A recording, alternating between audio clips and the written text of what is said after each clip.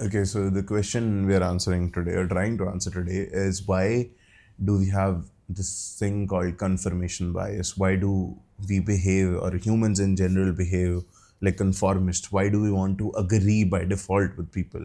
Why do we have this tendency to not disagree with people? So the idea is that when we used to live in tribes, if you are not a part of tribe, your chances of survival would go way down. So by default, what served the best interest of you is being a conformist, agreeing with people, not being the one standing out.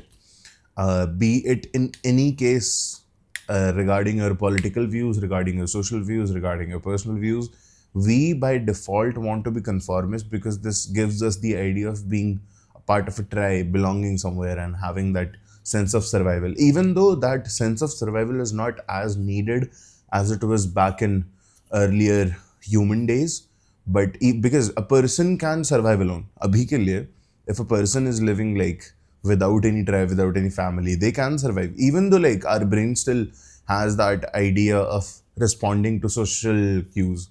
So, for example, your brain atrophies if you do not interact socially. That is still there. But even if that exists, the core idea of conformist bias, of agreeing with people for the sake of survival, it has not survived that much.